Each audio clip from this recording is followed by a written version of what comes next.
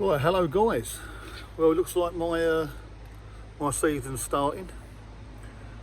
Doing my main pond, as you can see, and I'm now made a trip for my growing on system, so I can do some stuff with you guys. I've actually come down to a place down in Burton. My growing on system before, I had a Profi drum that I got from Aquatic Gary. Done me really well on that growing system and had some good results.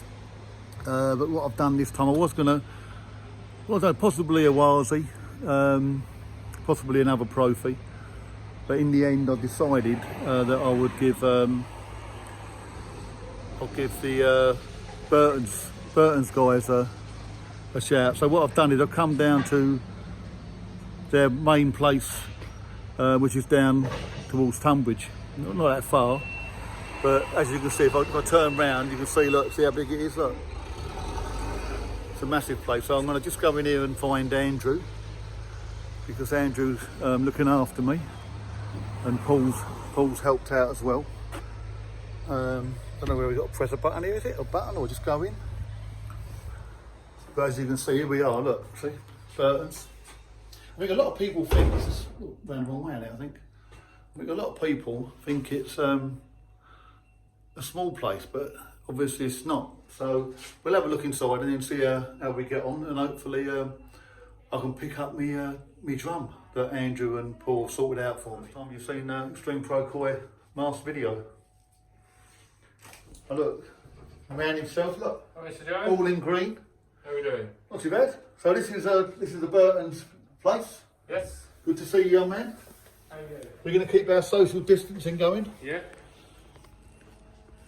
Young lady there, look, thumbs up. Yeah, see, look, all the staff here. That's quite a lot of gear, isn't it? Well, this is just a showroom for the drums and the grooming side. All stuff up the top. So I said I'm down to get me drum that they've sorted out for me. We've gone with that because I think it's a good time to have a good change and put that through the paces, and you guys can see how we get on. So I'll have a chat with Andy off camera and then we'll come back on.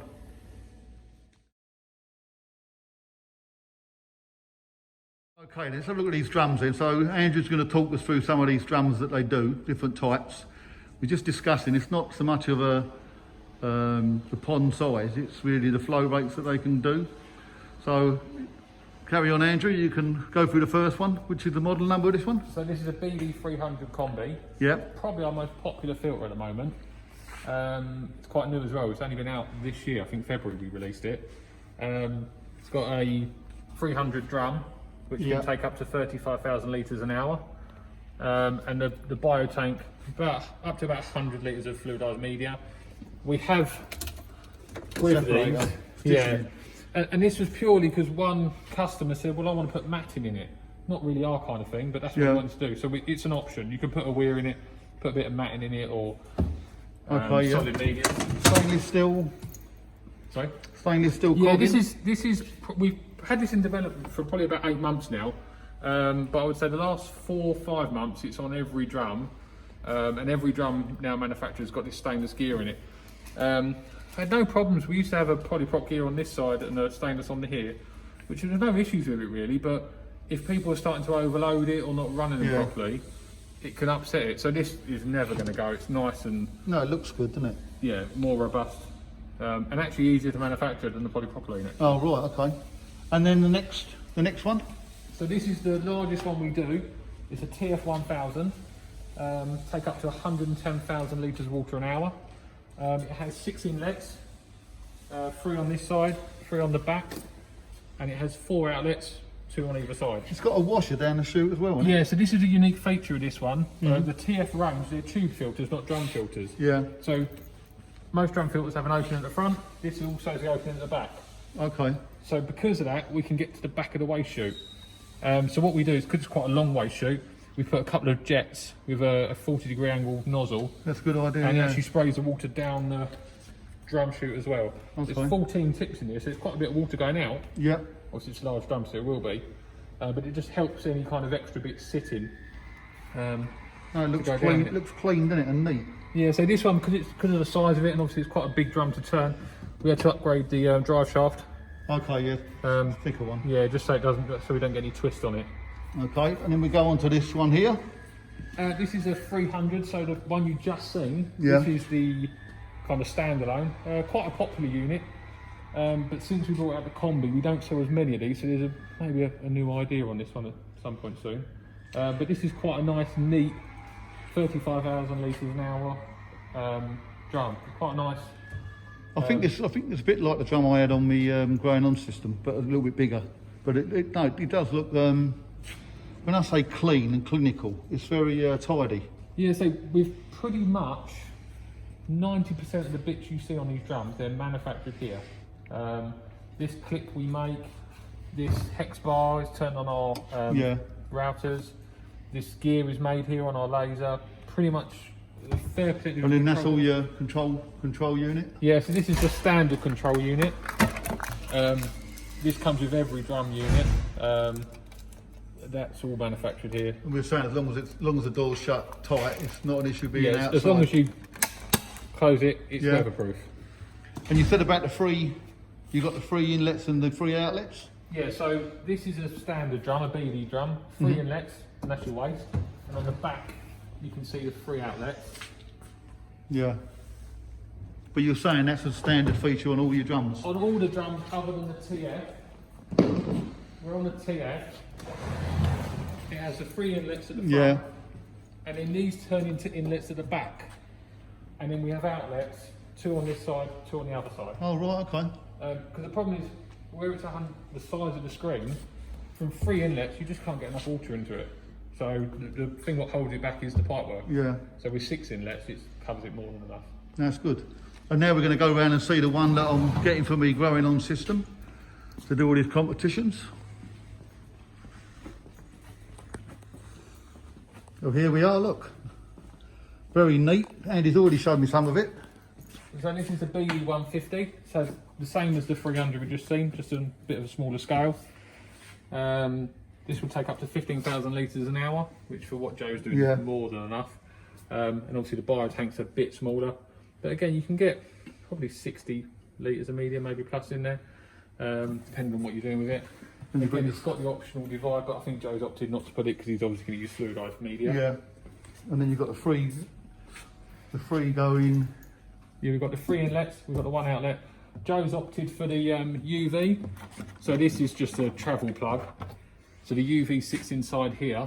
Oh, okay. And it does obviously it clarifies the water like a normal UV will, but also it radiates the screen and keeps it a lot cleaner, gets rid of a bit of the biofilm.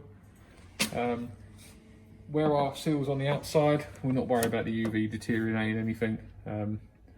So all looking good, isn't it? Yeah, and it's quite nice as well because you've got your UV in. It's pipe work you haven't got to have. I think it is nice having more inlets and sort of more outlets because you can put other stuff if you want to, can't you? Yeah, exactly. And on the this one, it's not really needed, but on the 300 combi, what we've done as well is because we've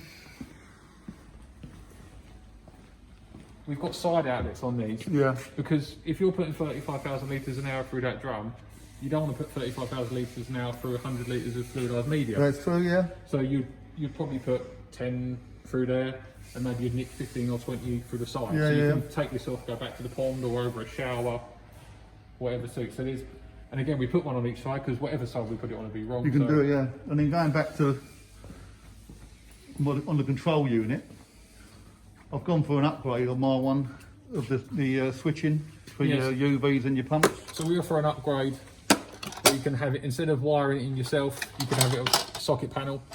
So you can, up to 8 amps of control. So obviously for a UV, you're not going to pull 8 amps. Yeah.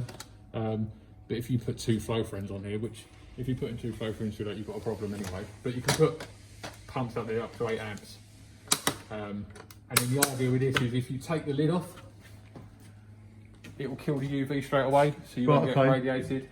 When you take the lid off, it's got a contactor, so it stops the motor turning as well. Yeah. So you won't get your fingers caught in there. And all the cogs is the same sort of stuff that they've done on the others. Yeah, just used across the range now. Used across the range. No, I was saying to Ange when I arrived, I'm quite impressed with when you say it's compact, isn't it? I like the way they're so clean. I mean, I think you see some drums, they're a little bit, you can see they've been like put together, but they're not, they ain't like that clinical, but you seem to have it down to a T on that side of it. We've got the luxury where we've got the design department here, we manufacture everything, so like to change the gear over, that's us, we do it, we make it, so we haven't got to kind of go somewhere, wait for them to make it and test it and whatever. We can make them here. So every unit here gets wet tested, so this would have been running, I think this was probably about 2 weeks ago. Does that mean it's second hand now? Well, it's chloridised water, so probably not. It's worth a try. No, it does look really good. No, I'm well impressed with that. And then what's the other bits you do? You got shower. So these are quite well. Both of them are down here. Probably easy to show you. Couple of showers. These have been in development for ages, but it's just getting around to actually finishing them. So they're now a finished product, which is on the website, and so that's our stainless steel shower. That's a metre high, 1.5 wide. Can you buy any of that stuff separate, or you have to buy? I know some on the forum, some guys have asked about having lids made and all that. Is that something? Yeah, we can make anything custom, but the honest answer is we're selling so many standard ones. We putting it into production. Yeah. The production side of it, the manufacturing side is so busy. Doing one-offs is tricky. But we had a guy who wanted. He wanted a double shower. Well, what we've come up with a compromise, we've made a double weir. Does that come off, Andrew? Yeah.